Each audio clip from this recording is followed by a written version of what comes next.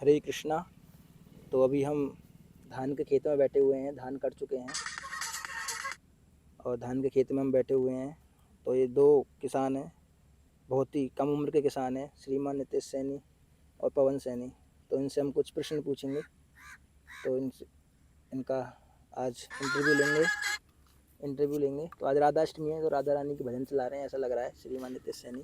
तो हम उनसे रिक्वेस्ट करते हैं कि अभी भजन नहीं चलाएं, राधा अष्टमी है। वैसे श्रीमती राधा रानी तप्त कांचन गौरंगी राधे वृंदावनेश्वरी वृषभानु सुते देवी प्रणमामि हरिप्रिय।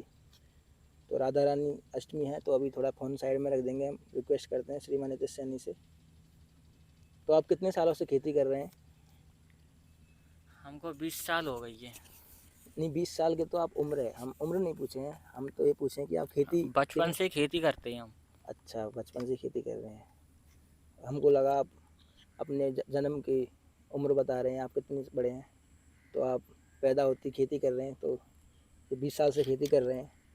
तो आपने, तो हमारा दूसरा प्रश्न है, आपने कौन कौन सी खेतियाँ अभी की हैं, क्या क्या आप कर सकते हैं और क्या क्या आपने किया है?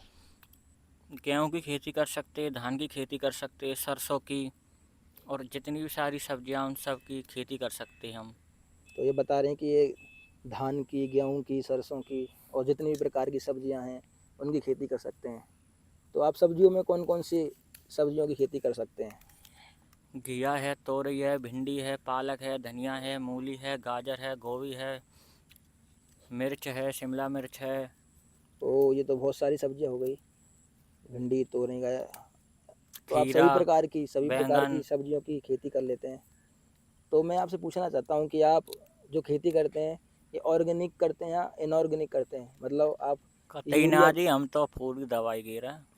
अच्छा, तो ये बोल रहे हैं कि ये इनऑर्गेनिक खेती करते हैं, मतलब सॉरी, तो ये रासायनिक खेती करते हैं एक्चुअली में। ये अच्छी तरह से दवाई गेरते हैं, यूरिया गेरते हैं। लेकिन मैंने देखा है कि आपके जो तोरई हैं उसमें आपने कोई दवाई नहीं गिरी थी, तो वो तो एकदम ऑर्गेनिक है, ऐसा प्रतीत होता हाँ, है। जो तो तोरई है उनमें कुछ दवाई नहीं गिरी है, क्योंकि वो मेड़ पर लगाई गई थी। तोरई मेड़ पे लगाई तो उनमें कोई दवाई नहीं गिरी है, तोरई ऑर्गेनिक है। लेकिन ये बोल रहे हैं कि लेकिन ये दवाइयों का प्रयोग करते हैं। क्या ऐसा नहीं हो सकता कि आप दवाइयों का प्रयोग नहीं करें और खेती कर सकें? जी, यहाँ पर नहीं हो सकता, यहाँ की खेती ऐसी है। अच्छा, यहाँ पे ये बोल रहे हैं कि यहाँ पे संभव नहीं है, अगर दवाई क्योंकि नहीं गिरेंगे तो कीड़ा लग जाएगा इसमें। तो पवन सैनी बोल रहे हैं कि अगर दवा नहीं लगेंगे तो कीड़ा लग जाएगा। कीड़ा लग जाएगा, कीड़ा बगैर दवाई, दवाई बगैर खेती नहीं होगी।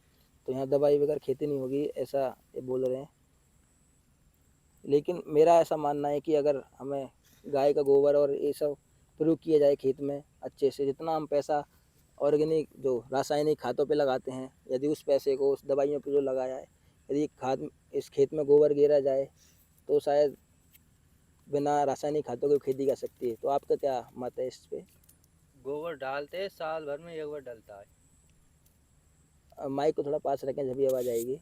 गोबर डालते हैं, साल भर में एक बार डलता है ये। अच्छा, ये कह रहे हैं कि गोबर डालते हैं, साल भर में एक बार डलता है। उसके बाद फिर यूरिया वगैरह, डीएपी वगैरह यही डलता है उसके बाद। तो फिर उस अच्छा, हाँ। लेकिन अगर अच्छे से खाद गिरा जाए इसमें गोबर वाला, तो मेरा मानना है यहाँ तक कि फिर इसमें ज़रूरत नहीं पड़ेगी। फिर भी क्योंकि आस पास के जो किसान हैं वो भी यूज करते हैं, तो फोर्सफुली जो भेड़ चाल है उसमें करना पड़ता है। तो कोई नहीं, लेकिन हम रिकमेंड करते हैं कि हम ऑर्गेनिक खेती करनी चाहिए, क्योंकि जो खाद वगैरह यूज करने से वो ख़त्म हो जाता है, धरती का वो ख़त्म हो जाता है। तो नितेश सैनी से हम पूछना चाहते हैं कि भविष्य में उनके खेती करने के क्या प्लान है? क्या वो खाद से ही खेती करेंगे, डीएपी यूरिया डाल के रासायनिक खेती करेंगे कीटनाशक डाल के, या फिर जो गाय का गोबर है या फिर जो भी ऑर्गेनिक खेती है उसकी तरफ वो जाएंगे? यहाँ की जो धरती है वो ऐसी हो चुकी है कि डीएपी और यूरिया के बिना संभव नहीं है यहाँ की खेती करना। इसलिए हमको मजबूरी में गिरना पड़ता है। हम ना चाहते हुए भी खाद पे खाद, दवाइयों पर दवाई गिरते जाते। हम कितना भी गोबर गिर ले उसका कोई फ़ायदा नहीं मिलता है। इसलिए हमको यूरिया और दवाइयाँ गिरनी पड़ती है। अच्छा, तो यहाँ पे फोर्सफुली ऐसा सिस्टम बन गया है कि वो चाह कर भी उसको सही नहीं कर सकते। तो कोई नहीं, अगर हम धीरे धीरे प्रयास करें तो ऐसा संभव हो सकता है।